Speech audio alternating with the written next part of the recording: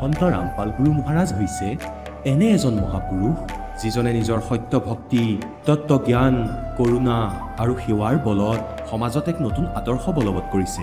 সন্ত ৰামপাল গুৰু মহাৰাজৰ নেতৃত্বত তেওঁৰ সকলো সৎলোক আশ্ৰমে কৰা বিস্ময়কৰ সমাজ কল্যাণমূলক কামে সমাজখনক সোণালী ভৱিষ্যতৰ এক নতুন আশা দেখুৱাইছে। সন্ত ৰামপাল গুৰু মহাৰাজৰ পৰা নাম দীক্ষা গ্ৰহণ কৰাৰ পিছত লাখ লাখ লোকৰ কৰ্কট ৰোগ, এইডছ আদি দুৰাৰোগ্য ৰোগ নিৰাময় হ'ল। সন্তজনাৰ জ্ঞানৰ পৰা অনুপ্ৰাণিত হৈ তেওঁৰ অনুগামীসকলে লাখ লাখ ইউনিট ৰক্তদান কৰে। সন্তজনাই লাখ লাখ ভগ্নী কন্যাৰ যৌতুকমুক্ত বিয়াৰ আয়োজন কৰালে।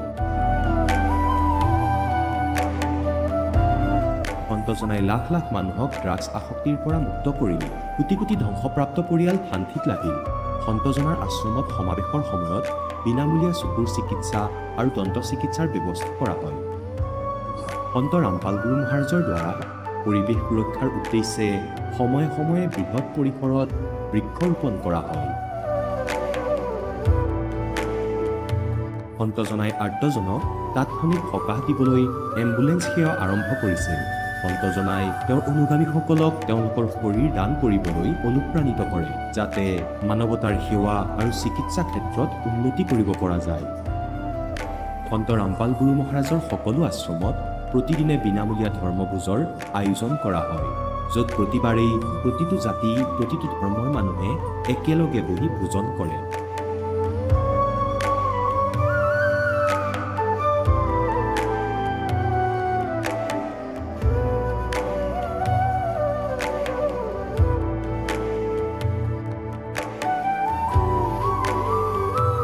সন্ত ৰামপাল গুৰু মহাৰাজৰ আশ্ৰমত সহস্ৰাধিক বৃদ্ধ বৃদ্ধাই শ্ৰদ্ধা আৰু মৰমেৰে জীৱন যাপন কৰাৰ সুযোগ পায়। তেওঁলোকৰ থকা খোৱাৰ আৰু স্বাস্থ্যৰ সম্পূৰ্ণ দায়িত্ব সন্ত ৰামপাল গুৰু মহাৰাজে বহন কৰে। অনাথ শিশুৰ বাবে সন্ত ৰামপাল গুৰু মহাৰাজৰ সকলো আশ্ৰম বিশেষ বৰদানতকৈ কম নহয়, য'ত তেওঁলোকক শিক্ষা, সংস্কাৰ আৰু ভৱিষ্যতৰ বাবে উন্নত সুবিধা প্ৰদান কৰা হয়। বানপানী, ভূঁইকঁপ বা মহামাৰী যিয়েই নহওক, সন্ত ৰামপাল গুৰু মহাৰাজ আৰু তেওঁৰ অনুগামীসকল সদায় আৰ্তজনৰ বাবে আগ্ৰহী হৈ থাকে। কোভিড মহামাৰীৰ সময়ত সন্ত ৰামপাল গুৰু মহাৰাজৰ আশ্ৰমৰ পৰা কোটি কোটি লোকক খাদ্য, ঔষধ আৰু জীৱন ৰক্ষক সামগ্ৰী যোগান ধৰা হৈছিল। দুখীয়াক সকাহ কৰাই হওক বা যিকোনো শোষিত বা নিপীড়িত শ্ৰেণীৰ অধিকাৰ আৰু মৰ্যাদাৰ বাবে যুঁজ দিয়াই হওক, সন্ত ৰামপাল গুৰু মহাৰাজে সদায় তেওঁলোকৰ সকলো ন্যায্য দাবী চৰকাৰৰ ওচৰলৈ লৈ গৈছে আৰু তেওঁলোকক উপযুক্ত ন্যায় প্ৰদানৰ ক্ষেত্ৰত গুৰুত্বপূৰ্ণ ভূমিকা পালন কৰি আহিছে। সমাজত আধ্যাত্মিক আৰু সামাজিক মূল্যবোধৰ প্ৰতি সজাগতা অনাৰ প্ৰতিটো পদক্ষেপতে সন্ত ৰামপাল গুৰু মহাৰাজ মানৱতাৰ প্ৰকৃত সেৱক হিচাপে প্ৰমাণিত হৈছে। সন্ত ৰামপাল গুৰু মহাৰাজৰ জীৱনে আমাক শিকাইছে যে প্ৰকৃত সেৱা সেইটোহে যিটো নিস্বাৰ্থভাৱে কৰা হয়। আহক আমিও এই মহান সন্তজনৰ এই মহান সেৱাৰ কামত যোগ দিওঁ আৰু সন্ত ৰামপাল গুৰু মহাৰাজৰ পৰা নাম দীক্ষা লৈ আমাৰ জীৱন ধন্য কৰি তোলোঁ।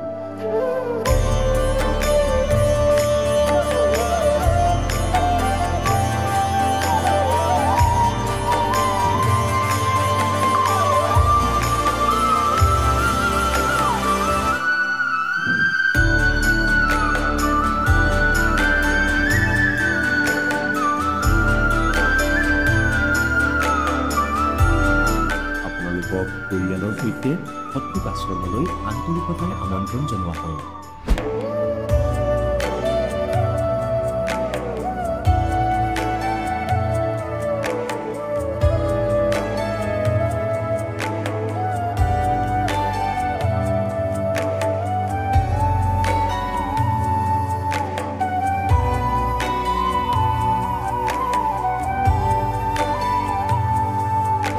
প্ৰভু ৰাম, দেৱ, ভগৱান, আল্লাহ, খুদা, যীশু আদি নামবোৰ একে শক্তিৰ। তেওঁ কেনেকুৱা, ক'ত আছে, কেনেকৈ পাব, কোনে দেখিছে, এই প্ৰশ্নচিহ্নটো সম্পূৰ্ণৰূপে আঁতৰাবলৈ অৱশ্যেই শুনিব জগতগুৰু তত্ত্বদৰ্শী সন্ত ৰামপাল গুৰু মহাৰাজৰ অমৃত বচন, সকলো পবিত্ৰ ধৰ্মৰ পবিত্ৰ শাস্ত্ৰৰ আধাৰত। নমস্কাৰ ছাৰ। নমস্কাৰ ছাৰ, আপোনাৰ শুভ নামটো জনাওকচোন। ধনঞ্জয় নাৰ্জাৰী। আপুনি ক'ৰ পৰা আহিছে ছাৰ? মই কোকৰাঝাৰ ডিষ্ট্ৰিক্ট দথমা ইয়াৰ পৰা আহিছোঁ। আপুনি সন্ত ৰামপাল মহাৰাজৰ পৰা নাম দীক্ষা কেতিয়া লৈছিল? মই সন্ত ৰামপালজী মহাৰাজ গুৰুৰ পৰা নাম দীক্ষা লোৱাটো হ'ল 2021 2 জুন। তেখেতৰ পৰা নাম দীক্ষা লোৱাৰ আগতে আপুনি পৰম্পৰাগত কিবা ভক্তি সাধনা কৰিছিলনে? এইটোৱে আমাৰ হিন্দু সমাজৰ পৰম্পৰাগত ব্ৰহ্মা বিষ্ণু মহেশ্বৰৰ, বিশেষকৈ আমি বড়ো কমিউনিটিৰ হয় ন, আমাৰ বাথৌ বুলি কয়। এটি বাথৌৰ মেইন দেৱতা হয় শংকৰ ভগৱান, যিটো নেকি শিৱ। এইটোৱে পূজা কৰিছিলোঁ, গুৰু ধাৰণ কৰি আমি পূজা কৰিছিল। আপুনি যিহেতু জনালে যে আপুনি পৰম্পৰাগত যিবিলাক সাধনা গুৰু ধাৰণ কৰি আপুনি কৰিছিলে, তেনে ক্ষেত্ৰত ছাৰ আপুনি সন্ত ৰামপাল গুৰুমাজৰ শৰণলৈ কিয় আহিব লগা হ'ল? এইটো মানে অলপ পিছলি যাব লাগিব। মই যেতিয়া মানে গুৰু ধাৰণ কৰিলোঁ, মানে সেই গুৰু ধাৰণ কৰাৰ পৰা 5 বছৰলৈকে মই মানে বহুত কঠোৰভাৱে মানে লাগি ধৰিছোঁ। যিবোৰ অৰ্ডাৰ আছিল আমাৰ যিটো গুৰুৰ পৰা, যেনেকুৱা বিশেষকৈ আমি বিশ্বকৰ্মাৰ পৰাই আৰম্ভ হয় আমাৰটো। বিশ্বকৰ্মাৰ আৰম্ভ কৰি আমি এইটো আমাৰ আহিল দুৰ্গা পূজাৰ পিছত লক্ষী পূজা, কালী পূজা, এনেকৈ হয় মানে লাষ্ট দৌল যাত্ৰালৈকে মানে এইটো চলিয়ে থাকে। আৰু চববিলাক মানে পূজা আমি মানে কৰি থাকোঁ। তাৰপিছত বেয়াহে হ'ব ধৰিছে দিনক দিনে।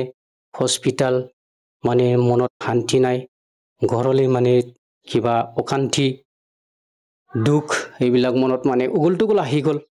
মই চিন্তা কৰিব ধৰিলোঁ যে 2 বছৰমানৰ পৰা মানে যিটো আমি ভাবিছিলোঁ পৰমাত্মাৰ পৰা, ভগৱানৰ পৰা বিশেষ কিবা উপায় পাম, সুখ শান্তি পাম এনেকা বুলি, কিন্তু এনেকা কৰি মানে 5 বছৰ হৈ গ'ল। তাৰপিছত 2021 1 বছৰ আগতে মোৰ মোবাইলত এইটো যিটো নেকি ভৱিষ্যতবাণী আছে ন, নষ্ট্ৰাডামাছৰ, এইটো আহি গ'ল। মই চালোঁ মানে ইয়াত নষ্ট্ৰাডামাছে কৈছে যে মানে আমাৰ ভাৰতবৰ্ষত যিটো নেকি পাঞ্জাৱ বুলি কয়, পঞ্চনদীৰ থকা এইটো ভাৰত এটা বুলি হিন্দু মহাসাগৰৰ ওচৰত ইয়াৰ মানে এটা চাইৰেন মানে জন্ম লৈছে। চাইৰেন মানে বিশ্ব মানে উদ্ধাৰ কৰা হ'ব। এইটো এই চাইৰেনৰ নিচিনা আৰু গোটেই পৃথিৱীত বেলেগ আৰু চন বিচাৰি নাপাব। এইটো মই চালোঁ। তাৰপিছত চোৱাৰ পিছত চাই মানে ইয়াৰ পিছতে আকৌ সৎসং আহি গ'ল মোবাইলত। সৎসংটো চাবলৈ ধৰিলোঁ। সৎসং চোৱাটো দেখিলোঁ ৰামপালজী মহাৰাজৰ মানে সৎসং হয়। মই ভাষাটোতো ইমানকৈ বুজি নাপাইছিলোঁ, মানে এনে চালোঁ তথাপি। তাৰপিছত যিমানবোৰ ভক্ত আত্মা মানে বহুত জমা হয় ইয়াত, লাখ লাখ মানুহ। মই চিন্তা কৰিলোঁ, মানে ফ'ল' কৰিলোঁ আৰু কি, অলপ মানে নুবুজিলেও অলপ চাইলোঁ। 2-3 দিন পিছে মানে চাই থাকিলোঁ। তাৰপিছত চাই মই 6 মাহমান পিছত আকৌ জ্ঞান গংগা কিতাপৰ কিবা পালোঁ, কিতাপ আছে বুলি আৰু কি। তাৰপিছত জ্ঞান গংগা কিতাপটো কেনেকৈ পাম, এইটো মোবাইল নাম্বাৰ দিয়া আছে। মোবাইল নম্বৰত মই কল কৰিলোঁ। কল কৰাৰ পিছত মানে গুৱাহাটীত লাগি গ'ল। গুৱাহাটীৰ পৰা মোক ক'লে মানে আপোনাক কিতাপটো লাগে নেকি বুলি। হয় লাগে, অতি দৰকাৰ বুলি। তাৰপিছত পঠাই দি আছোঁ পষ্টৰ দ্বাৰা বুলি ক'লে। তাৰপিছত পষ্টৰ দ্বাৰা কেইদিনমান পিছত আহি গ'ল। তাৰপিছত জ্ঞান গংগা কিতাপটোতো পঢ়িলোঁ। পঢ়াৰ পিছত মই মানে ইমান মনত কিবা লাগি গ'ল, মানে কান্দি দিলোঁ।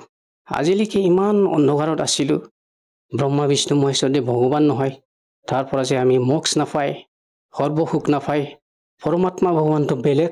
ইয়াতো উমান পালোঁ। উমান পোৱাৰ পিছত মই এনেকা লাগি গ'ল আত্মাত, মানে ইয়াত নিৰ্দেশ আছে যে এইটো ভক্তি মাৰ্গ আছে, এইটো ভক্তি মাৰ্গত যাবলৈ হ'লে মাছ, মঙহ, ডিম, তাৰপিছত নিচা বস্তু এইবিলাক বাদ দিব লাগিব বুলি।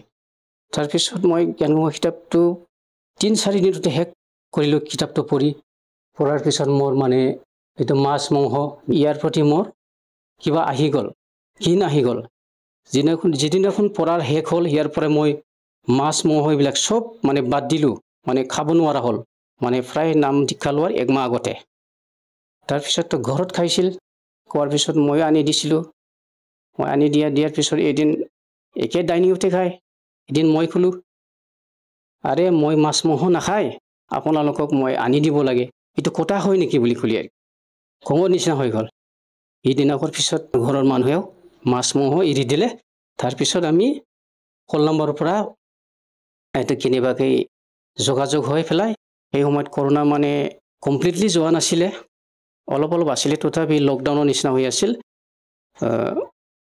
পৰমপিতা পৰমাত্মা গুৰুদেৱ চন্দ্ৰামপালজী মহাৰাজৰ দয়াত মই 2021 2 জুন তাৰিখে নাম দীক্ষা পালোঁ অনলাইনৰ দ্বাৰা, আমি ভকতমতী আৰু মই দুজনে। ছাৰ, যিহেতু আপুনি আপোনাৰ অনুভৱ ব্যক্ত কৰিছে যে আপুনি জ্ঞান গংগা নামৰ পুথিখন অধ্যয়ন কৰিলে, তাত আপুনি জ্ঞান প্ৰাপ্ত কৰিলে, আৰু তাৰ সেই জ্ঞানৰ দ্বাৰা আপ্লুত হৈ আপুনি সন্ত ৰামপাল গুৰুমাজৰ শৰণলৈ আহিলে।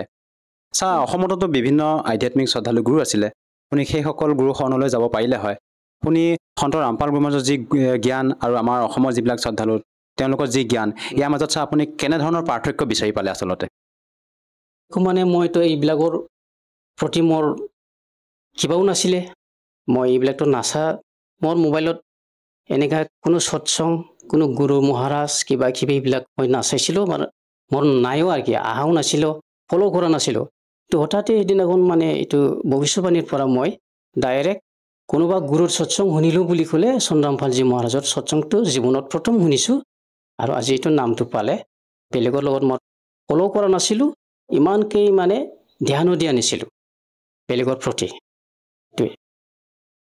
আৰু ছাৰ বৰ্তমান সন্ত ৰামপাল গুৰু মাজৰ পৰা ভক্তি সাধনা কৰি আপুনি ধৰ পূৰ্বতে আপোনাৰ যিবিলাক সমস্যা আছিলে সেই সমস্যাবিলাক আপোনাৰ দূৰ হ'লনে ছাৰ হয় আগত যিবোৰ সমস্যা আছিলে এইবিলাকতো চব যেনেকৈ হস্পিটালে দৌৰিব লাগিছিলে সেইটো নাইকিয়া হৈ গ'ল ঘৰত শান্তি হ'ল মনত শান্তি হ'ল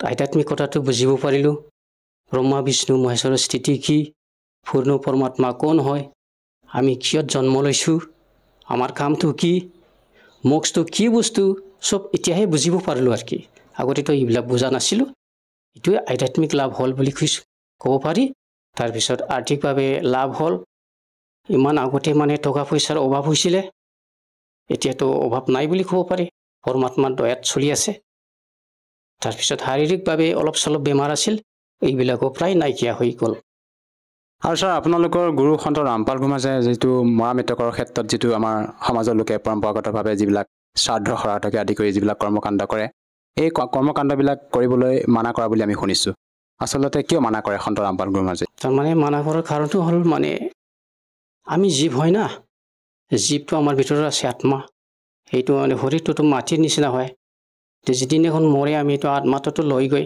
ভগৱানে লৈ গ'ল তাৰপিছত আমি এইটো মাটি যিটো মানে শৰীৰ এইটোলৈ মানে অনৰ্থক খেলা কৰিব নালাগে সমাজত যিটো নেকি বহুত মানে বেয়া বুলি ক'ব পাৰিব যেনেকৈ শ্ৰাদ্ধ আমি গীতা পঢ়ি বুজিছোঁ চন্দ্ৰামপালজী মহাৰাজৰ সৎসঙৰ পৰা শুনি বুজিব পাৰিলোঁ শ্ৰাদ্ধ কৰাটোৱে ভূত পূজা হয় এইটো আমি ভগৱানক পূজা কৰিব লাগে ভূতক কিয় পূজা কৰিম এইটো হ'ল তাৰপিছত আমাৰ শ্ৰাদ্ধৰ পৰা কি হয় কি নহয় এইটো বেয়া গুণবিলাক আমি অলপ গুৰুৰ পুৰাণৰ পৰাও পালোঁ শ্ৰাদ্ধৰ ভাত খালে কিবা যদি শ্ৰাদ্ধত যোগ কৰিলে কি হয় মানুহৰ অধোগতি এইবিলাক বুজিব পাৰিলোঁ তাৰপিছত এতিয়াতো নাম দীক্ষা লোৱাৰ পিছত গুৰু মহাৰাজৰ পৰা কঠোৰ আদেশ আছে আমি এইবিলাক অনৰ্থক যি নেকি বেয়া এইবিলাক মানে আঁতৰত থাকিব লাগে এইটোৱেই আৰু আপোনালোকৰ গুৰু সন্ত ৰামপাল গুৰু মাজৰ মুখ্য উদ্দেশ্য কি আচলতে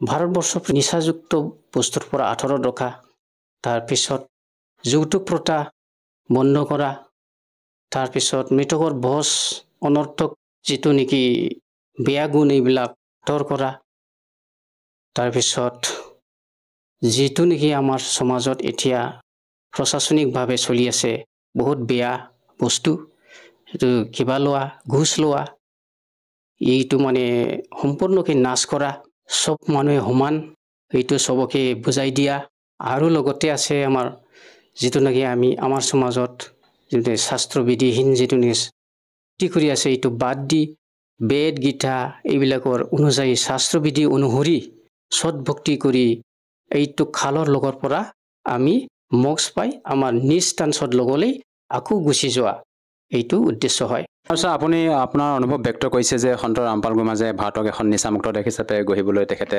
অভিযান আগবঢ়াইছে জানিব বিচাৰিছোঁ ছাৰ আপোনাৰ পৰা আপুনি পূৰ্বতে কিবা নিচা সেৱন কৰিছিল নেকি ছাৰ হয় সঁচাকৈ মই আগতে নিচা কৰিছিলোঁ বেছি নহ'লেও এইবিলাক যিটো নিচা চলে এইটো নিচা কৰিছিল যেনিবা চাদা খোৱা তামোল অলপ চলপ খোৱা এইটো মদ খোৱা কিমান বছৰ ধৰি আপুনি সেৱন কৰিছিলে সেই নিচা এইটোতো বেছি দিন হোৱা নাছিলে ইমান নহ'লেও অলপমান খাইছিলোঁ যেনিবা লগৰীয়াৰ লগত কিবা অকেশ্যন কিবা কিবি হ'লে এইটো খাইছিলোঁ আৰু কি তো বহুত বছৰ নহ'লেও কমচে কম 10-12 বছৰমানৰ পৰা খাইছিলোঁ এইবিলাক তামোল চাদা আৰু মদ এইবিলাক আৰু ছাৰ আপোনালোকৰ গুৰু সন্ত ৰামপাল গুৰু মাজৰ প্ৰতিজন শিষ্যই মত ব্যক্ত কৰে যে তেওঁৰ পৰা নাম দীক্ষা লোৱাৰ পিছতে নিচা সেৱন কৰোঁতে বট অভ্যাস ত্যাগ কৰিব পাৰে আচলতে আপোনালোকক সন্ত ৰামপাল গোহাঁইয়ে এনেকুৱা কি ভক্তি মন্ত্ৰ প্ৰদান কৰে আপোনালোকক যাৰ বাবে নেকি আপোনালোকে সহজভাৱে এৰিবলৈ সক্ষম হয় এইটোৱে মোৰ বোধ হিচাপে মই বুজা হিচাপে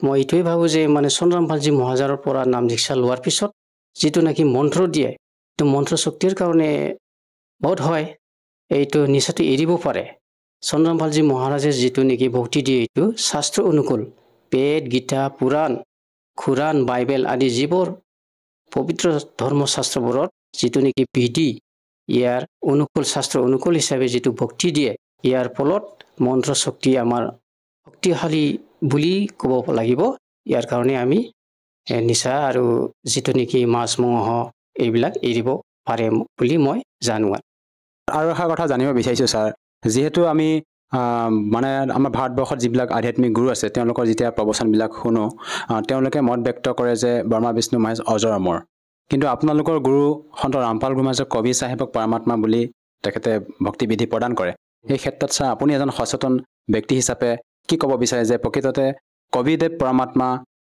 কিবা প্ৰমাণ আছেনে সৎগ্ৰন্থত কবিদেৱ পৰমাত্মা বুলিতো বেদ গীতা পুৰাণ খুৰাণ এই সকলো শাস্ত্ৰতে প্ৰমাণ আছে কবিদেৱে ভগৱান বুলি যিটো নেকি বেদত গীতাত লিখা আছে অধ্যায় 17 23 নম্বৰ শ্লোকত অং তৎসৎ যিটো নেকি সচিদানন্দ ঘন ব্ৰহ্মৰ তিনিটা মন্ত্ৰ যিটো নেকি মন্ত্ৰ জপ কৰাৰ পিছত আপুনি সৎলোক পাবলৈ সক্ষম হ'ব চব প্ৰমাণ আছে কবিৰ পৰমাত্মা কবিৰ অংগ ঋষি কবিৰ ব্ৰহ্মা ঋষি যিটো নেকি ভাৱনাশক বন্ধন যিটো নেকি খালৰ বন্ধন ইয়াৰ পৰা মুক্তিদাতা হয় এইবিলাক চালো আমি বহুতো চালো এইবিলাকৰ পৰা প্ৰমাণ পাই গুৰু গ্ৰন্থ চাহিবৰ পৰাও আমি প্ৰমাণ পাওঁ হাক্কা কবিৰ বুলি আৰু বাইবেলতো লিখা আছে মই দেখা পাইছোঁ কবিৰ বুলি লিখা আছে কবিৰ অলমাইটি গড বুলি এইটো তাৰপিছত পুৰাণতো মানে যিটো ইংগিত পূৰ্ণ পৰমাত্মা কবিৰ ইয়াৰ বহুত আছে সৃষ্টি ৰচনাৰ কথা আছে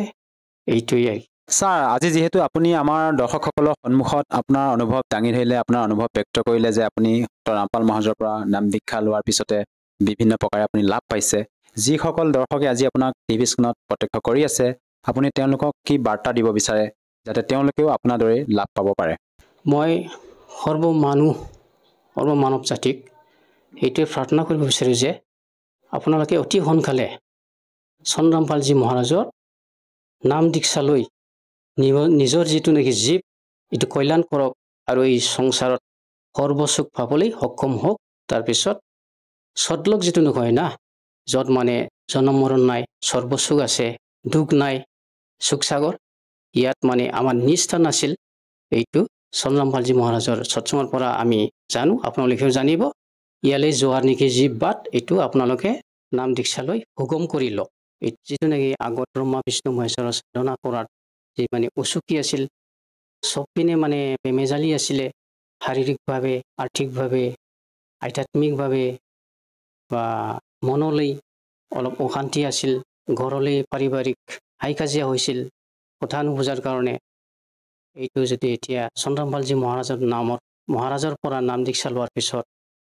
সম্পূৰ্ণকৈ নাইকিয়া হৈ গ'ল তাৰপিছত আধ্যাত্মিক লাভ হ'ল শাৰীৰিকভাৱে লাভ হ'ল মই যেনেকৈ লাভ পাইছোঁ আপোনালোকেও লাভ পাব বুলি মই আপোনালোকলৈ বিনম্ৰভাৱে প্ৰাৰ্থনা কৰিছোঁ যে আহক আপোনালোকেও চন্দ্ৰ ৰামপালজী মহাৰাজৰ জ্ঞান গংগা পুথিখন পঢ়ক তাৰপিছত চন্দ্ৰ ৰামপালজী মহাৰাজৰ সৎসং নেকি যিটো সাধনা চেনেলত 7:30 হয় এইটো চাওক আপোনালোকে এবাৰ হ'লেও চাওক বুজিবলৈ চেষ্টা কৰক এইটোৱে আপোনালোকলৈ বিনম্ৰ প্ৰাৰ্থনা থাকিল আৰু যদি কোনো লোকে তেখেতৰ পৰা নাম দীক্ষা ল'ব বিচাৰে সন্ত ৰামপাল গুৰুমাজৰ পৰা নাম দীক্ষা কেনেকৈ ল'ব পাৰিব নাম দীক্ষা ল'বলৈ হ'লে জ্ঞান গংগা কিতাপখনৰ যিটো নেকি মোবাইল নম্বৰ আছে ইয়াত কল কৰক চন্দ্ৰ ৰামপালজী মহাৰাজৰ সৎসং যিটো নেকি সাধনা চেনেলত 7:30 হয় আবেলি ইয়াত মানে নাম্বাৰ ওলাই থাকে থললৈ এইটো থলত নাম্বাৰটো ডাইল কৰিলে আপুনি যিকোনো প্ৰকাৰে আপোনাৰ ওচৰলৈ আপোনালোকলৈ ফোন আহিব ইয়াৰ পৰা আপোনালোকে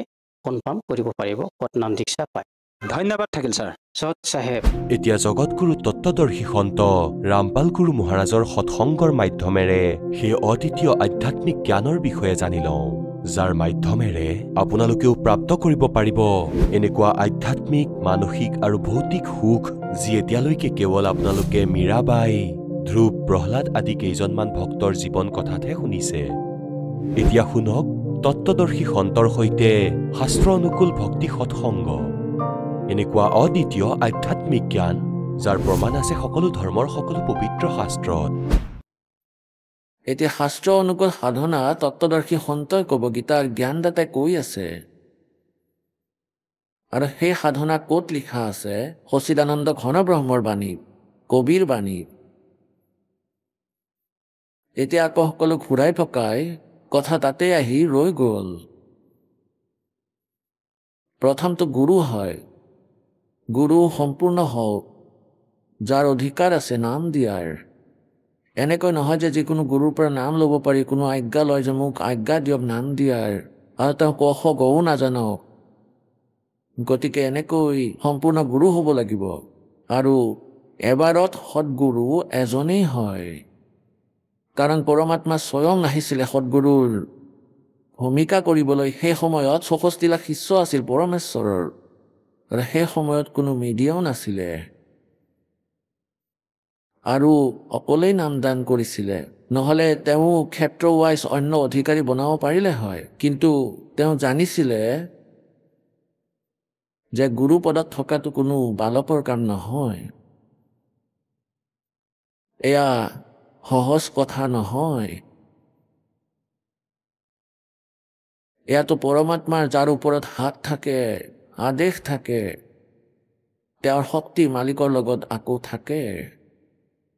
এতিয়া যেনেকৈ ইয়াত কোনো ৩৩ কেভিৰ পাৱাৰ হাউচ আছে, ইয়াৰ পিছেৰে যদি কোনো কানেকশ্যন আছে থাৰ্মেল প্লাণ্টেৰে, তেন্তে ই নিজৰ কাম ঠিককৈ কৰে। আৰু যিসকলে তেওঁৰ পৰা আগেৰে বহুত লৈ ৰাখিছে, কানেকশ্যন লৈ ৰাখিছে, তেওঁলোকৰো কানেকশ্যন ঠিক থাকিব লাগিব, তেতিয়া পাৱাৰ তেওঁৰ ঘৰত কাম কৰিব। গতিকে এনেকৈ গুৰু যি থাকে তেওঁ এয়া ভাবি লওক যে ৩৩ কেভিৰ পাৱাৰ হাউচ হয়, আৰু ইয়াৰ মূল উৎস কিহেৰে আহিছে? থাৰ্মেল প্লাণ্টেৰে। গতিকে এনেকৈয়ে কবিৰ পৰমেশ্বৰ যি থাৰ্মেল প্লাণ্ট হয়, আৰু গুৰু যি ইয়াৰ প্ৰতিনিধি হয়, যাৰ লগত ইয়াৰ কানেক্টেড হয়, তেওঁ পাৱাৰ হাউচ। আৰু তেওঁৰ পৰাই আপুনি কানেকশ্যন যদি লয়, যদি কানেকশ্যন ঠিক থাকে, আপোনালোকে কানেকশ্যন ঠিক ৰাখিব লাগিব, অন্যথা আপোনালোকৰ কানেকশ্যন কটাৰ লগে লগে সেই সুবিধা বন্ধ হৈ যাব। গুৰু মৰ্যাদাত থাকিব লাগিব। প্ৰসংগ চলি আছে যে যেনেকৈ আমি খেতিত কিবা বীজ ৰুওঁ, ঘেঁহু ৰুলোঁ, সেয়া যদি সিঁচাও নাই তেতিয়াও ব্যৰ্থ। সাৰ যদি ভালকৈ দিয়া নহয় তেনেহ'লে ইয়াৰ সম্পূৰ্ণ লাভ নাহিব। গতিকে সাৰ আৰু সিঞ্চনৰ যি পানী হয়, এয়া পাঁচোটা যজ্ঞ, এয়া পাঁচোটা যজ্ঞ হয়। আৰু বীজ যি হয় ই সৎনাম হয়, সৎনাম আৰু সাৰনাম। আৰু আপোনালোকক যিমান মন্ত্ৰ দিয়া হয় জপ কৰাৰ বাবে, এয়া ট্ৰিটমেণ্ট হয়, বীজ হয়। এতিয়া বুদ্ধিমান ব্যক্তিৰ বাবে সংকেতেই যথেষ্ট। এতিয়া আন এটা উদাহৰণ দিওঁ, যেনেকৈ কোনো ভয়ংকৰ ৰোগী থাকে, তেওঁৰ শৰীৰ শুকাই ক্ষীণাই গ'ল, ডক্তৰৰ ওচৰলৈ যদি যায় তেতিয়া সৰ্বপ্ৰথমে তেওঁ গ্লুক'জ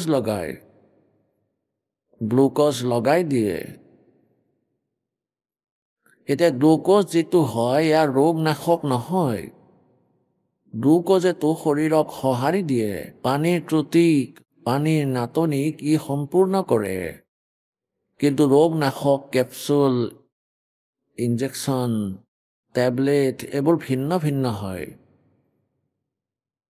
গতিকে পুণ্যাত্মাসকল, এই জ্ঞানহীন গুৰুসকলে আমাক ইনকমপ্লিট ৱে অফ ৱৰ্শ্বিপ দি ৰাখিছে। আধৰুৱা পূজাৰ বিধি শুনাই ৰাখিছিলে, যেনেকৈ কিছুমানেতো এই হাৱনে কৰি থাকে সদায়। শ্ৰীমদ ভাগৱত গীতাৰ অধ্যায় নম্বৰ ৪ শ্লোক নম্বৰ ২৫ পৰা ৩০ এয়াই কৈছে। এয়াই কোৱা হৈছে যে কোনোবাই এনেকুৱা সাধনা কৰে, কোনোবাই হাৱন যজ্ঞ কৰে, কোনোৱে স্বাধ্যায় কৰে, কোনোৱে জ্ঞান যজ্ঞ কৰে, কোনোবাই আকৌ দেৱতাসকলৰ অনুষ্ঠানৰূপী যজ্ঞ কৰে, কোনোজনে দেৱতাসকলৰ পূজা কৰে, কিন্তু এওঁলোকৰ যি জ্ঞান আছে সেয়া কমপ্লিট নহয়, কিন্তু এওঁলোকে ইয়াকে পাপ নাশক বুলি মানে। সেইকাৰণে ৪ৰ্থ অধ্যায়ৰ ৩২ নম্বৰ শ্লোকত ক'লে যে সচিদানন্দ ঘন ব্ৰহ্মৰ বাণীৰে, অৰ্থাৎ সচিদানন্দ ঘন সেই পৰমেক্ষৰ ব্ৰহ্মৰ মুখ কমলেৰে উচ্চাৰিত এয়া বাণী হয়। ব্ৰাহ্মণে মুখে মানে সচিদানন্দ ঘন ব্ৰহ্মৰ মুখেৰে উচ্চাৰিত বাণী, সেয়া তেওঁৰ তত্ত্বজ্ঞান বুলি ভাবা। ৪ৰ্থ অধ্যায়ৰ ৩৬ নম্বৰ শ্লোকত ক'লে যে যি ৪ৰ্থ অধ্যায়ৰ ৩২ নম্বৰ শ্লোকত যি তত্ত্বজ্ঞান সচিদানন্দ ঘন ব্ৰহ্মৰ বাণীৰ বিষয়ে কৈছে, সেই তত্ত্বজ্ঞানক তুমি তত্ত্বদৰ্শী সন্তৰ ওচৰলৈ গৈ বুজা। গতিকে পুণ্যাত্মাসকল, যোৱাকালি আপোনালোকক কৈছিলোঁ যে গৰীবদাস চাহেবদেৱৰ ওচৰলৈ এজন পাঞ্জাৱৰ লুধিয়ানাৰ ওচৰৰ বাছিৰ গাঁৱৰ পৰা এজন ব্যক্তি আহিছিলে আৰু তেওঁ এয়াই প্ৰশ্ন কৰিছিলে, প্ৰভু এই জ্ঞান আমি কেতিয়াও জনাই নাছিলোঁ যি আপুনি আজি জনাই আছে। তব গৰীবদাস जी ने कहा था कोटों मध्य कोई नहीं रह जो बकरा अरबौला कोई गरक्षणो रह जो बकरा। কোটি কোটি সন্তৰ মাজত তুমি সন্ত বিচাৰি নাপাবা যিজনে তত্ত্বজ্ঞানৰ সৈতে পৰিচিত হয়। আৰব গুৰুৰ মাজত তুমি এজনক পাবা। গুৰু মানে আধ্যাত্মিক গুৰু মাৰ্গদৰ্শক। এখন গাঁৱত যদি 10,000ৰ জনসংখ্যা থাকে তেন্তে 5,000 গুৰু পাবা। কেনেকৈ আধ্যাত্মিক গুৰু হ'ব?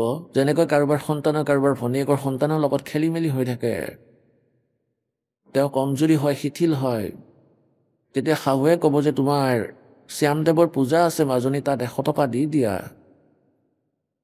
চুবুৰীৰে এজনী আহি ক'ব যে বাহিৰৰ ফুটনি শিকি এটা আগ কৰা। তৃতীয়জনীয়ে আহি ক'ব যে ঘৰৰে কুল দেৱতাৰ প্ৰকোপ এয়া, তেওঁকো কিবা দিয়া।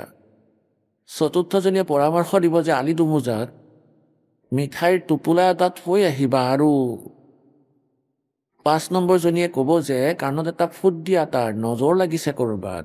অৰ্থাৎ এখন গাঁৱত 5,000 গুৰু পাবা আৰু সকলোৱে বেবেৰী বাং বকিব। কোনোৱে হনুমান দেৱৰ পূজা, কোনোৱে শ্যামৰ পূজা, কোনোৱে কৃষ্ণৰ, কোনোৱে বিষ্ণুৰ, কোনোৱে শংকৰৰ, কোনোৱে ভৈৰৱ ভূতৰ কথা ক'ব। কোনো এজন দুজনৰ ব্ৰহ্মলৈকে বুদ্ধি যায়।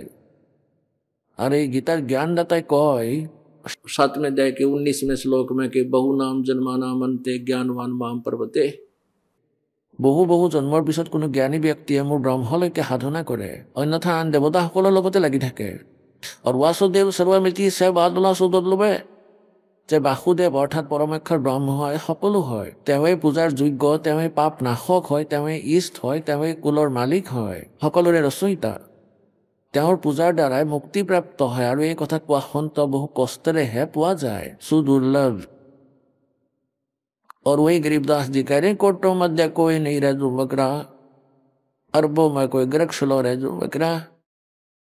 तत्व भेद कोई ना कह रहे झूमकरा, ये पैसे ऊपर नाच सुनो राई झूमकरा। এখন গাঁৱত এজন পণ্ডিতে কথা ৰাখিছিলে আৰু 30 দিনৰ বাবে ৰাখিছিলে লোভীটোৱে যে সদায় 10 টকাকে আহিলেও 300 হৈ যাব। ৰূপৰ টকা আহিছিলে। তেতিয়া পূৰ্ণিমাৰ 20 দিনা আৰম্ভ কৰিলে। এমাহৰ বাবে ৰাখি দিছিলে, পূৰ্ণিমাত ভোগ লগাম প্ৰতিপদৰ পৰা। এতিয়া কি হ'ল, তেওঁৰ কথাৰ সামৰণিৰ দিনটোতেই গাঁৱৰ 4-5জন ব্যক্তি একত্ৰিত হ'ল যে ভাই কালি সামৰণি পৰিব আৰু গাঁৱৰ মানুহ তালৈ যাব আৰু ব্ৰাহ্মণক পইচা দিব। গতিকে তেওঁলোকে কি কৰিলে, এগৰাকী ডান্সাৰ লৈ আহিলে দিল্লীৰ পৰা। তেওঁৰ নাম চম্পাকলি আছিল, আৰু কৈ দিলে যে ভাই কালি 10 বজাত ডান্স হ'ব। 10 বজাতে সামৰণি পৰিব লগা আছিল পণ্ডিতৰ কথাৰ। এতিয়া তাতে গোটেই গাঁৱটো তালৈ গুচি গ'ল সেই ডান্সাৰ চাবলৈ। পণ্ডিতেতো দানত মাত্ৰ 30 টকাহে পালে, আৰু সেই ডান্সাৰে পালে 500 টকাৰ ওপৰ, ফটাফট। এতিয়া যেতিয়া সেই পণ্ডিতে গম পালে যে চম্পাকলিয়ে 500 টকা লৈ গ'ল, তেওঁৰতো অসুবিধা হৈ গ'ল।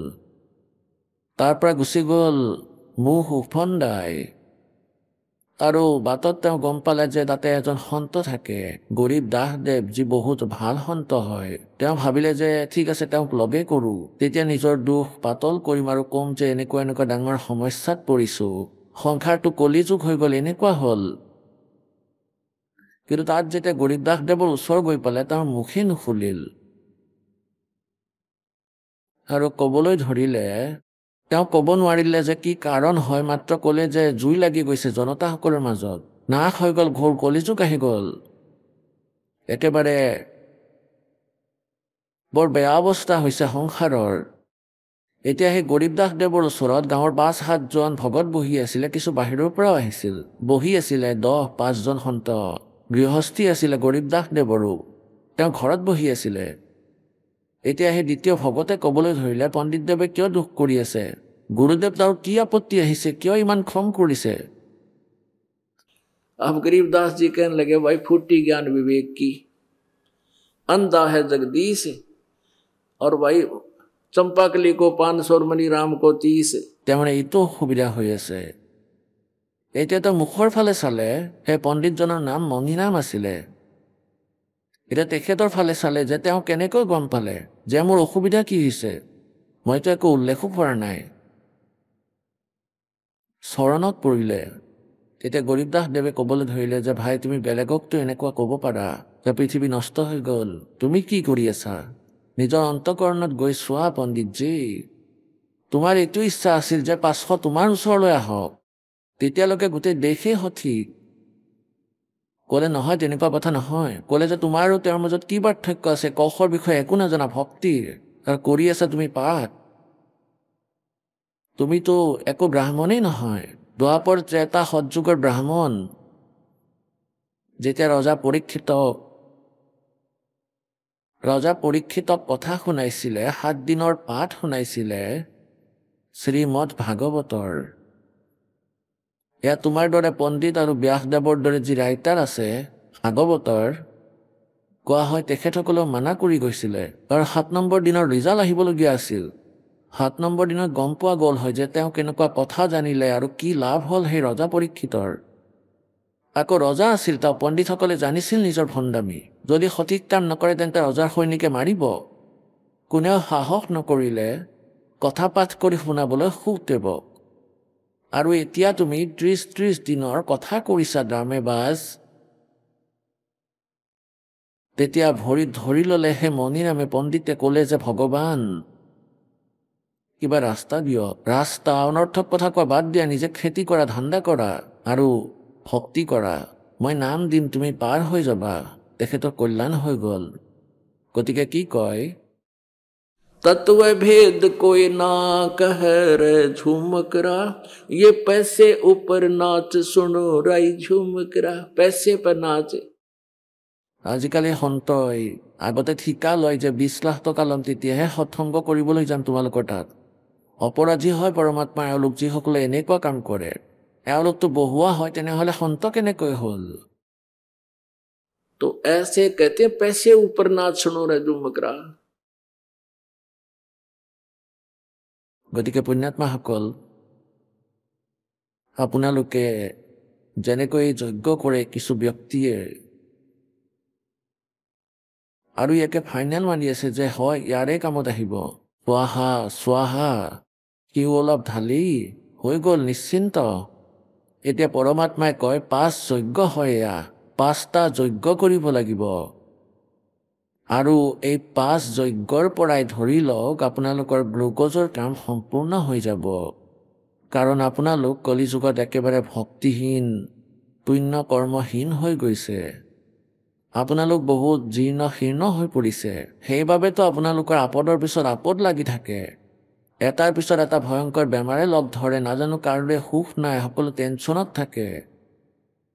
আৰু অলপ চলপ ঘৰত সুবিধা আছে, তেতিয়া শাহু বোৱাৰীৰ যুদ্ধ। শাহু বোৱাৰী যেতিয়া কাজিয়া হয় তেতিয়া গোটেই পৰিয়ালতে ছিটিকি যায়, একেবাৰে তেল ছিটিকাৰ দৰে ছিটিকে। আকৌ শহুৰেকে গম পাই তেওঁ লাঠি উঠাই ল'ব, সিফালে ল'ৰা আহিব, তেওঁ আকৌ এতিয়া গোটেই দিন টেনশ্যনেই ল'ব নে ধান্দাই কৰিব, ঘৰৰ এই অৱস্থা। গতিকে পুণ্যাত্মাসকলে সৎ ভক্তিৰে, পৰমাত্মাৰ ভক্তিৰে লাহে লাহে আপোনালোকৰ ভিতৰত সহনশীলতাও আহি যাব, আৰু আপোনালোকৰ ভিতৰত লোকচানো ঘৰতে হৈ যাব। তেতিয়া আৰু যুদ্ধ নাথাকিব। এতিয়াতো অলপ লোকচান হ'লে বুঢ়া বুঢ়ীয়ে দোষাৰোপ কৰে বোৱাৰীয়েকক, কেনে ঘৰৰ পৰা আহিছে একোৱে দেখা নাই এজনীয়ে গোটেই নাশ কৰি দিলে কিবা কৰিলে আৰু এনেকৈ কিছুদিন পিছত সেই পুত্ৰ বোৱাৰী লাগি যাব শ্লোক শুনাবলৈ আকৌ তেওঁ লুকাই ঘূৰি ফুৰিব গতিকে এনেকৈ আমি গোটেই কাম বিনষ্ট কৰি ৰাখিছোঁ আৰু ভগৱানৰ সৎসংগ শুনিলে বিচাৰ শুনিলে ভক্তিৰ দৃঢ়তা হৈ যোৱাৰ পিছত আকৌ কিছুমানেতো কিছু এনেকুৱা সংস্কাৰ আছে যি তেনেকৈয়ে দূৰ হৈ যাব আমাৰ মাজত কাজিয়া হোৱাৰ কোনো আশংকাই আহিব নিদিব ভগৱানে এনেকুৱা ব্যৱস্থা কৰি দিব গতিকে পুণ্যাত্মাসকল এজন ভকতে কৈছিলে যে ময়ো নাম লৈ ৰাখিছোঁ মোৰ মায়েও নাম লৈছে মোৰ পত্নী মোৰ কেঁচুৱা কিন্তু দেউতাই লোৱা নাই আৰু এনেকৈয়ে মই ঘৰত গ'লোঁ মোৰ পত্নীয়ে কিবা কিবি ক'লে আৰু মায়ে এনেকুৱা ক'লে তেনেকুৱা ক'লে আৰু 1 বৰ্ষ হৈ গ'ল আমি নাম লোৱাৰ উপদেশ লোৱাৰ আপোনাৰ পৰা গতিকে মই ক্ৰোধিত হৈ খং কৰি গ'লোঁ যে মাক আজি ধমক দিম এনেতে এজন ব্যক্তি আহিল আৰু ক'লে যে ভগত ঠিকে আছেনে তেওঁ এনেকৈ ভগত বুলি ক'লে মোৰতো গোটেই খং নাইকিয়া হৈ গ'ল আৰু ওলোটাই হৈ গ'ল যে মাক এইবোৰ কোৱাটো একেবাৰে মহাপাপ হয় আৰু কি ক'ব মানুহে যে ভগত হৈ কাজিয়া কৰিছোঁ অৰ্থাৎ মালিকে কিছুমান এনেকুৱা ব্যৱস্থা সৃষ্টি কৰি পেলাব আৰু অন্তঃকৰণত কাৰণ এবাৰ ভুল হৈ গ'লে তেওঁ আকৌ লগে লগে মনত পেলাই দিয়ে আমাৰ যি ভক্তিৰ শক্তি আছে আমাক সেই দুষ্কৰ্মেৰে সেই হানিৰে একেবাৰে চিধা ব্ৰেক লগাই দিয়ে একেবাৰে 4x4 আৰু গাঁতৰ পৰা ওলাই লৈ যাব য'ত আমি পৰিব খুজিছিলোঁ গতিকে পুণ্যাত্মাসকল এটা সময়ৰ কথা এজনী বুঢ়ীয়ে খুব কাজিয়া কৰিছিলে নিজৰ পুত্ৰ বোৱাৰীয়েকৰ লগত সৰু সৰু কথাত পানীৰ গ্লাছো যদি উৰি যায় নাজানো কি কি শ্লোক শুনাইছিলে এদিন মালিকৰ দয়া হ'ল এজন প্ৰতিবেশী আহিল অৰ্থাৎ তেখেতৰ লগৰে কোনো মিত্ৰ তেখেত সৎসংগলৈ যায় তেখেতে সেই বৃদ্ধাগৰাকীক ক'লে যে আহা সৎসংগলৈ যাওঁ এবাৰ দুবাৰতো তেওঁ মানা কৰি দিছিলে কিন্তু তৃতীয় দিনা তেওঁ গুচি গৈছিলে তেওঁৰ লগত এতিয়া সৎসংগত কয় চাবোন আৰু পানী থাকিলে আৰু যদি কাপোৰ চাফা কৰিব লাগে আৰু মানুহজনো ভাল হয় তেন্তেতো চাফা হ'বই হ'ব সৎসংগই চাবোন আৰু পানীৰো কাম কৰে অন্তঃকৰণ ৰূপী এই কাপোৰক ধোৱাৰ বাবে ভিতৰৰ পৰা মলি উলিয়াই দিয়ে এতিয়া সেই বৃদ্ধাগৰাকীয়ে সৎসংগ শুনিলে আৰু লাহে লাহে ৰঙতে ৰঙীন হ'ল বহুত শান্তি প্ৰাপ্ত কৰিলে কাৰণ আমি যেতিয়ালৈকে বিচাৰ নুশুনো তেতিয়ালৈকে আমি তাতেই নিজৰ মাজতে যি ৰামায়ণ চলি থাকে তাকেই শুনি থাকোঁ যেনেকৈ এগৰাকী ভগ্নী আন এখন ঘৰলৈ গুচি গ'ল তেওঁলোকে ক'ব যে আমাৰ বোৱাৰীয়ে এনেকুৱা কৰি আছে তেওঁ এনেকুৱা কৰে তেওঁ এনেকুৱা কৰে আৰু তেতিয়াই তেওঁ নিজৰটো আৰম্ভ কৰি দিব আমাৰো এনেকুৱাই আৰু এই কথাটোৱে গৈ শাহু বোৱাৰীৰ মাজত কাজিয়া লগাব আৰু তেওঁ লাঠি উঠাই ক'ব যে তই এনেকুৱা কৰিছ আকৌ 100টা মিছা ক'ব বৃদ্ধাই যে মই এনেকুৱা পোৱা নাই আকৌ তেওঁ মিছা শপত খাব গতিকে এনেকুৱা অনৰ্থক কথা নকৈ সৎসংগলৈ আহক আৰু আকৌ সৎসংগৰ চৰ্চা কৰক বহুত পাৰ্থক্য আহি যায় গতিকে এদিন কি হ'ল সেই পুত্ৰ বোৱাৰীয়ে গাখীৰ উলিয়াই মহৰ পৰা আৰু ওপৰত প্ৰতিদিনে ওলোমাই ৰাখিছিলে গজ লোহা মেৰুৱা থাকে আৰু তাত ভোগ বনাই দিয়ে আৰু তাত ওপৰত ওলোমাই দিয়ে সেয়া ওখ হয় 5-6 ফুটৰ আৰু সহজে হাতেৰে তাত বাল্টি ওলোমাই দিব পাৰিছিলে কুকুৰ আৰু মেকুৰীৰ পৰা বচাবলৈ আৰু প্ৰতিদিনে তেওঁলোকে সেই গাখীৰ বাল্টিত ওলোমাই দিছিলে সেই হুকত এতিয়া নাজানো সেইদিনা বোৱাৰীগৰাকীৰ কি হৈ গ'ল ওলোটা ছাইডত হৈ গ'ল সেই বাল্টিটো তেওঁ ভাবিলে যে বাল্টিটো ওলোমাই আছে আৰু এৰি দিলে তেতিয়া বাল্টিটো তলত পৰি গ'ল তলত পৰাৰ লগে লগে গোটেই মজিয়াখন গাখীৰ হৈ গ'ল আৰু বৃদ্ধাগৰাকীয়ে চাই থাকিলে বহি বহি সেই বোৱাৰীয়েকে সেই বৃদ্ধাগৰাকীৰ ফালে চালে যে তেওঁ কি কি কথা শুনাব এতিয়া মোক ঠিক নাই তেওঁৰ হাত ভৰি ফুলি গ'ল যে আজিতো ডাঙৰ যুদ্ধই হ'ব তেতিয়া বৃদ্ধাই ক'লে যে মাজনী একো নাই আমাৰ ভাগ্যত নাছিলে এতিয়া গোটেইখিনি চাফা কৰি লোৱা আৰু যিমান উঠাব পাৰা উঠাই লোৱা আৰু মহৰ তাত দানাত দি দিয়া পাত্ৰ এটাত লৈ এয়া আজি আমাৰ ভাগ্যতে নাছিল পুত্ৰী একো কথা নাই। তাই বিশ্বাস কৰিব নোৱাৰিলে যে আজি বৃদ্ধাৰ কি হৈছেনো। আগতেতো এনেকুৱা হোৱা হ'লে কাজিয়াই কৰিলে হয়। গতিকে এয়া তাইৰ বিশ্বাস নহ'ল। হ'ব পাৰে খঙত আছে। নিজৰ পুত্ৰক ক'ব, যেতিয়ালৈকে তাইৰ গিৰিয়েক ঘৰলৈ নাহে তেতিয়ালৈকে তাইৰ বিশ্বাসেই নহয়। এতিয়া যেতিয়া গিৰিয়েক ঘৰলৈ আহিল, সুধিলে যে মা এয়া কি হৈছে, কাৰণ গাখীৰৰ সেই সৰু সৰু টোপালবোৰ মজিয়াত দূৰৰ পৰাই দেখা গৈছিল। তেতিয়া তোৰ মাকে ক'লে, বোপাই এই গাখীৰ পৰি গ'ল, আৰু আজি আমাৰ ভাগ্যতে নাছিল। ভাগ্য ভাল বোৱাৰীৰ মূৰ ফটা নাই, তাইৰ ভৰি নাটাতিলে বাল্টিৰে। অৰ্থাৎ বৃদ্ধাই তথাপিও বহুত ভাল ধুনীয়াকৈ বুজালে। তেতিয়াহে তেওঁৰ বিশ্বাস হ'ল যে বৃদ্ধাৰ এনেকুৱা পৰিৱৰ্তন কেনেকৈ আহিল। ভৰিত ধৰিলে নিজৰ শাহুৱেকৰ। মা, মোৰ যদি কোনো ভুল হয় তেন্তে মাফ কৰি দিব। ময়ো এবাৰ দুবাৰ আপোনাক কিবা কিবি ক'লোঁ। গতিকে তেওঁৰ কথা পুনৰ বুজিব পাৰিলে। সৎসংগ ইয়াৰে নাম হয়। ইয়াৰ প্ৰভাৱ আছে যদি তুমি সৎসংগী, আৰু আপোনাৰ প্ৰভাৱ নহয়, নিঃসন্দেহেৰে নাম লৈ আছে আৰু ভগত বুলি কয়। ভগতৰ দৰে লক্ষণ নাথাকিলে ভগত নহয়। আৰু নিজৰ শাহুৰে পৰিৱৰ্তন দেখি সেই বোৱাৰীয়েও নাম ল'লে। তেওঁৰ গিৰিয়েকেও নাম ল'লে, আৰু গোটেই ঘৰৰে উদ্ধাৰ হৈ গ'ল। গতিকে পুণ্যাত্মাসকল, এনেকৈয়ে আমি সৎসংগলৈ আহিলে আমাৰ এই ধৰণৰ যি সমস্যা আছে ইয়াৰো সমাধান আৰামত হৈ যাব। লাহে লাহে, একেবাৰে নহয়, ধীৰে ধীৰে হোগা। porque haciendo al de que para de que de que খাবে so called the authority but dual short দি যাব। এতিয়া ট্ৰিটমেণ্ট আৰম্ভ হ'ল আপোনালোকৰ। গতিকে আমি আকৌ সেই প্ৰসংগলৈ আহোঁ যে যেনেকৈ আমি সাধনা কৰোঁ, কিছুমানেতো কোনো এক হৱন যজ্ঞ কৰিয়েই নিজে নিজকে সন্তুষ্ট বুলি মানে যে আমি বহুত কিবা কিবি কৰিলোঁ। অথবা কোনো এজনে 100 অধ্যায় কৰি লয়, গীতাৰ অধ্যায় পাঠ কৰি লয়, অথবা বেদৰ যিকোনো 4-5টা মন্ত্ৰ মুখস্থ কৰি কেতিয়াবা কেতিয়াবা ইয়াক ৰিপিট কৰি ল'লে। কোনোবাই কিবা কৰি আছে, কোনোবাই কিবা কৰি আছে। গতিকে পৰমাত্মাই আহি আমাক এই যথাৰ্থ বিধিৰ কথা কৈছে যে 5 যজ্ঞ কৰিব লাগিব আপোনালোকে। এক যজ্ঞ হে ধৰ্ম কি, दूसरी यज्ञ है ध्यान, तीसरी यज्ञ हमल की, और चौथी यज्ञ परिणाम, আৰু 5ম যজ্ঞ হ'ল জ্ঞান। এতিয়া যি আপোনালোকক সৎসংগ শুনোৱা হৈছে এয়া তত্ত্বজ্ঞান, এয়া জ্ঞান যজ্ঞ হয়। আপোনালোকে ইয়াতে দান কৰে, আপোনালোকে ধৰ্ম কৰে, আপোনালোকে যি পইচা দিছে পৰমাত্মাক দিছে। আপোনালোক সকলো উপদেশী। আপোনালোকে দিয়া এই দান এক বহুত পবিত্ৰ পইচা হয়, আৰু আকৌ ইয়াত ভগৱানৰ দৰবাৰত তেওঁক আপোনাৰ ফালৰ পৰা নিমিত্তৰ পৰা এৰা হৈছে।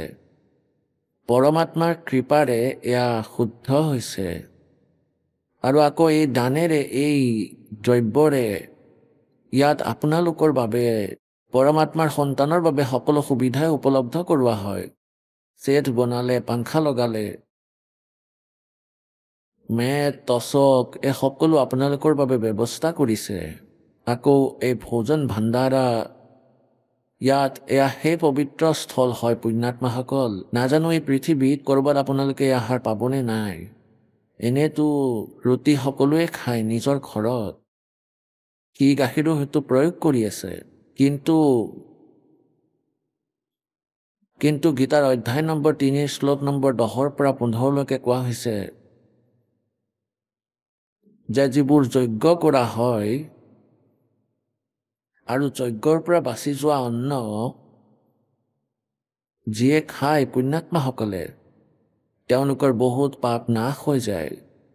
ইয়াত এয়া বিধিৱত সাধনা, পৰমাত্মাৰ শাস্ত্ৰ অনুকূল সাধনা হয়, প্ৰভুক ভোগ লগোৱা হয়। সেই বাচি যোৱা অন্ন প্ৰসাদ আপোনালোকৰ মাজত বিতৰণ কৰা হয়। যাৰ দ্বাৰা যি পৰমাত্মাৰ যথাৰ্থ বিধিবত যি প্ৰসাদ সৃষ্টি হয় সেয়া 21 ব্ৰহ্মাণ্ডত নাই, যি ইয়াত সতলোক আশ্ৰম বৰবালাৰ ভিতৰত আছে। গতিকে এই ভোজন আপোনালোকৰ প্ৰাপ্ত হয়। এয়া হালোৱা প্ৰসাদ বনাই ৰাখিছে, পৰমাত্মাৰ বাবে সকলোতকৈ আগত ওলাই ৰাখি দিয়া হয়, তেওঁলৈ আগ কৰা হয়। ইয়াৰ পিছত আপোনালোকৰ মাজত বিতৰণ কৰি দিয়া হয়। যজ্ঞত বাচি যোৱা অন্ন যিয়ে খায় তেওঁৰ বহুত পুণ্য হয়, তেওঁৰ বহুত পাপ নাশ হৈ যায়। গতিকে এয়া সেই স্থান, ইয়াত আপোনালোকে দিয়া দানৰ জৰিয়তে আপোনালোকৰ পুণ্য হ'ব, কিন্তু খোৱা সকলৰো এই দানৰ কোনো হানি নহয়। এই অন্নক খালে হানি নহয়, আৰু বিনা কোনো যেনেকৈ তাত শাস্ত্ৰ অনুকূল কোনো অনুষ্ঠান নাই, সেয়া ইউজলেছ হয়। আৰু তাতে যদি অন্ন খায় আপোনালোকে, তেনেহ'লে আপোনালোকৰ ওপৰত ভাৰ হ'ব। পৰমাত্মা কেতে খৰ্চ ডানা খা অজ্ঞানী গুদৰে, ইয়াক খাব নালাগে আপোনালোকে। ক'ৰবাত কোনোৱে অনুষ্ঠান কৰি আছে, সেয়া নকল, ডুপ্লিকেট হয়। ইয়াৰ দ্বাৰা কৰা হোৱা সেই যজ্ঞ অৰিজিনেল নহয়, আৰু ইয়াৰ অন্ন খালে আপোনালোকৰ ওপৰত ভাৰ হয়, আৰু ইয়াৰ পৰা বাচিব লাগিব আপোনালোক। तो परमात्मा कहते धर्म तो धसके नहीं, ये धसके तीनों लोके, खैरायत में खैर है कीजे आत्म पोखी। এতিয়া পুণ্যাত্মাসকল, এতিয়া যেনেকৈ প্ৰথম যজ্ঞ আছে ধৰ্মৰ, আৰু দ্বিতীয় যজ্ঞ ধ্যান, আৰু তৃতীয় যজ্ঞ হয় হৱন, আৰু চতুৰ্থ যজ্ঞ হয় প্ৰণাম। এতিয়া ইয়াত যি হয় প্ৰথম যজ্ঞ ধৰ্ম, আপোনালোকৰ দ্বাৰা দিয়া হোৱা দ্ৰব্য, ইয়াত ভোজন ভাণ্ডাৰত ইয়াত তচক আনে, বিচনা আনে, মেট লগাই, পাংখা লগাই, ছেট লগাই, গোটেই বাচন কিনে আপোনালোকৰ বাবে। আপোনালোকৰ দ্বাৰা দিয়া হোৱা ধৰ্মৰে এই ভোজন ভাণ্ডাৰৰ ব্যৱস্থা কৰা হয়। এয়া ধৰ্ম হয়। আৰু এটা যজ্ঞ ধৰ্মৰ, আৰু দ্বিতীয় হয় ধ্যান।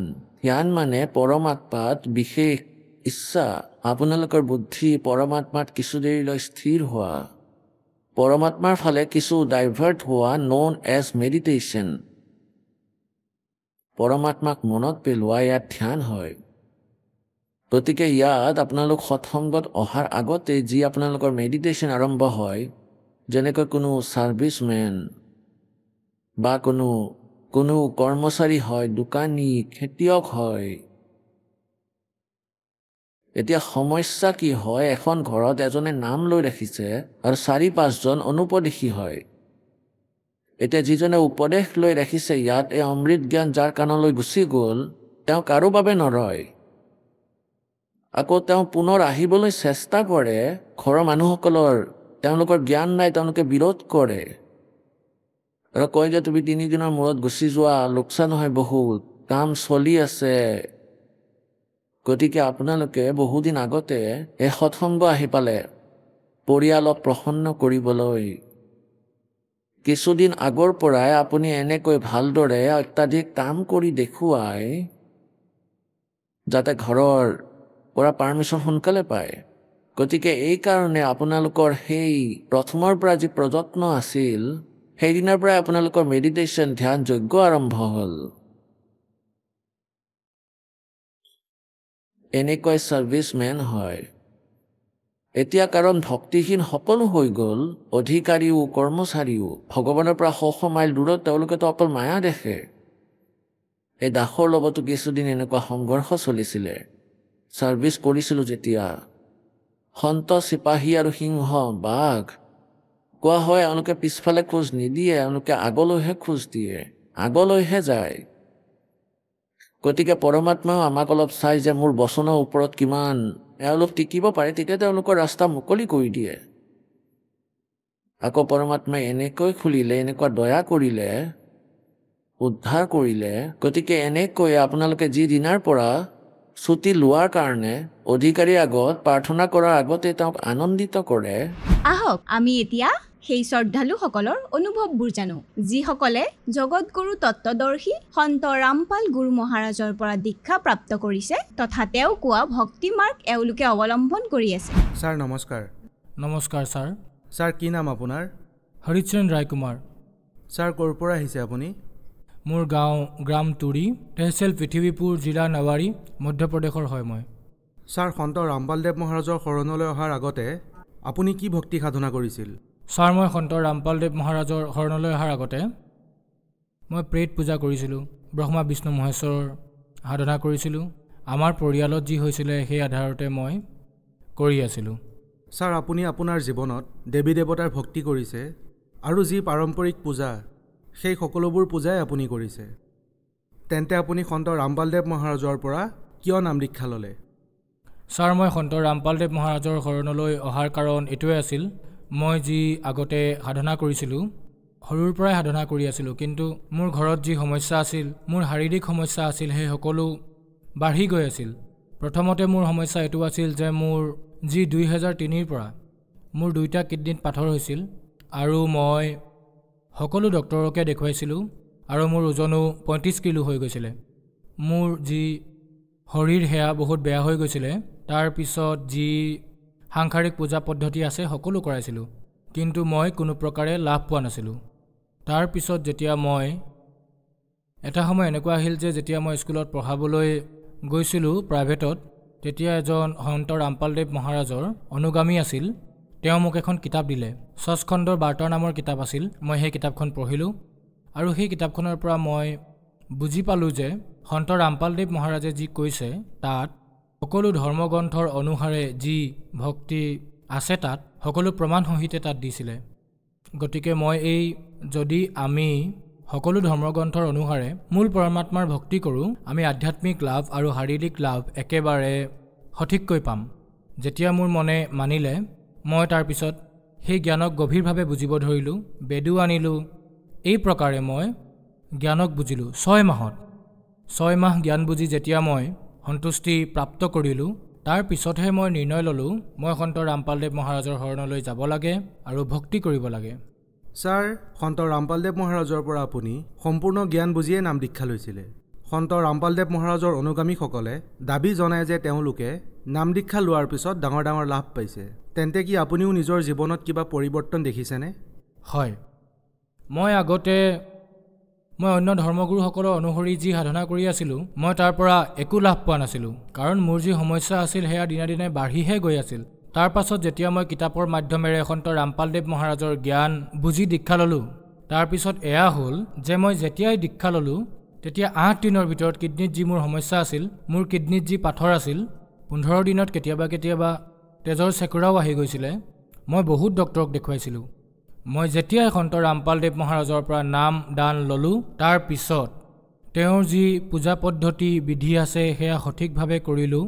তাৰপিছত মোৰ যি সমস্যা আছিল পাথৰ, সেয়া অট'মেটিক কম হৈ গৈ থাকিল আৰু তাৰ পাছত আজিলৈকে মই 6 বছৰত এটাও টেবলেট খোৱা নাই। তাৰপিছত মই সুস্থ হৈ যাব ধৰিলোঁ। আৰু মোৰ আন এটা লাভ হ'ল যে মই আগতে জুৱা খেলিছিলোঁ। মোৰ এইটো সমস্যা আছিল, মোৰ অভ্যাস ইমানেই বেয়া আছিল, মই দিনটো জুৱা খেলি সময় নষ্ট কৰি আছিলোঁ।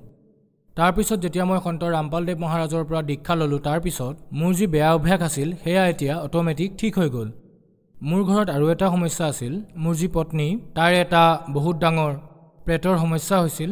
তাইৰ ওপৰত প্ৰেত আহি গৈছিলে। তাইক এনেকৈ আবদ্ধ কৰিছিলে যে 3 ঘণ্টালৈকে বেহুচৰ দৰে হৈ গৈছিলে, একো গমেই নাপাইছিলে। প্ৰথমে মই বহুত বুদ্ধিমানক দেখুৱালোঁ। তাৰপিছত মোৰ লাভ হ'ল যে যেতিয়া মই সন্ত ৰামপালদেৱ মহাৰাজৰ পৰা নামদান ল'লোঁ, যেতিয়াই মই নামদান 2014ত ল'লোঁ, তেতিয়া এই সমস্যা অট'মেটিকেলি শেষ হৈ গৈছিল।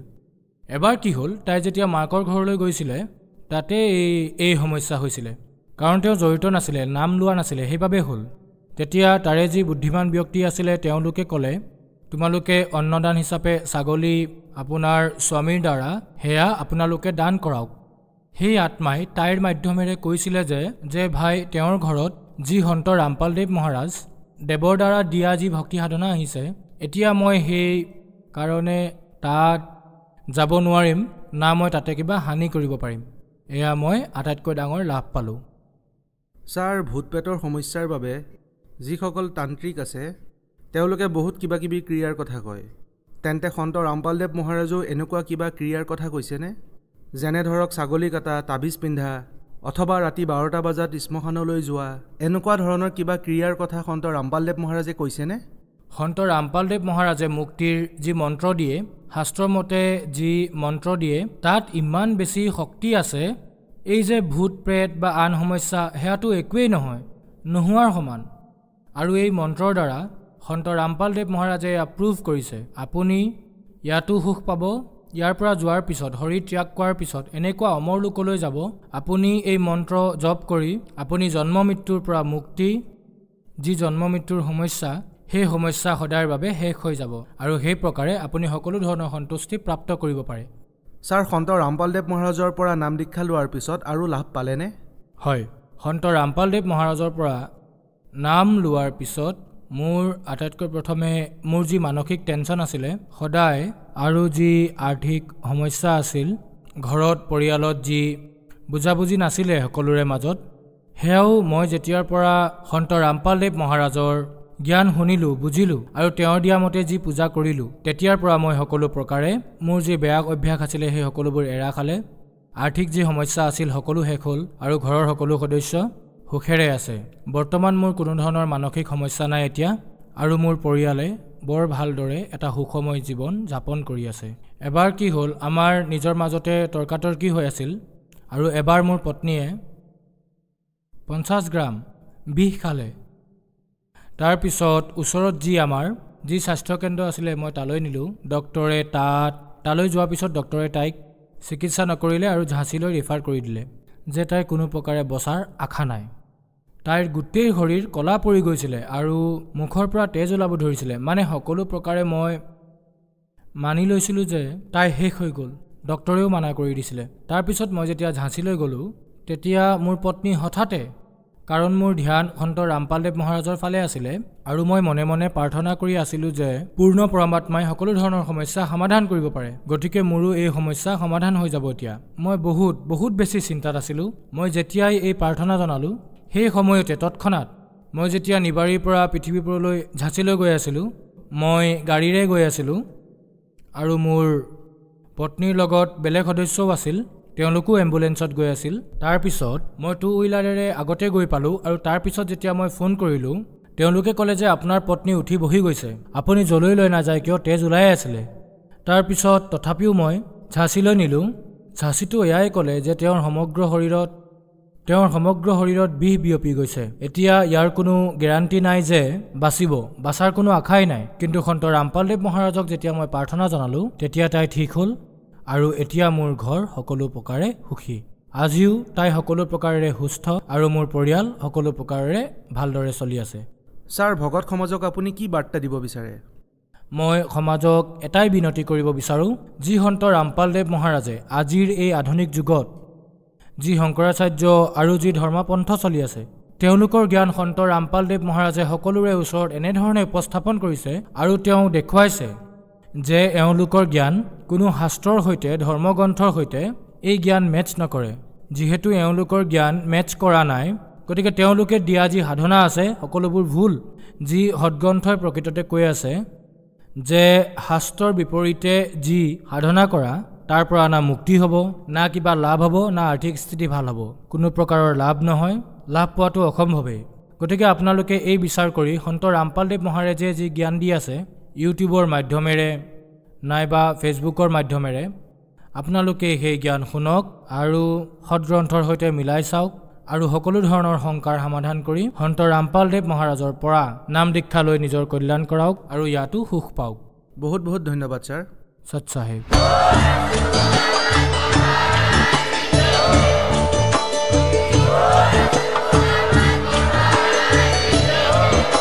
আপুনি শুনি আছিলে জগতগুৰু তত্ত্বদৰ্শী সন্ত ৰামপাল গুৰু মহাৰাজৰ মংগল প্ৰবচন অধিক জানিবৰ বাবে ভিজিট কৰক www.jagatgururampalji.org সন্ত ৰামপাল গুৰু মহাৰাজৰ শুভ আশীৰ্বাদত সমগ্ৰ বিশ্বতে 500তকৈ অধিক নাম দীক্ষা কেন্দ্ৰ আছে য'ত সন্ত ৰামপাল গুৰু মহাৰাজৰ দ্বাৰা বিনামূলীয়াকৈ নাম দীক্ষা দি থকা হৈছে আপোনাৰ ওচৰৰ নাম দীক্ষা কেন্দ্ৰৰ ঠিকনা জানিবলৈ সম্পৰ্ক কৰক 7082208528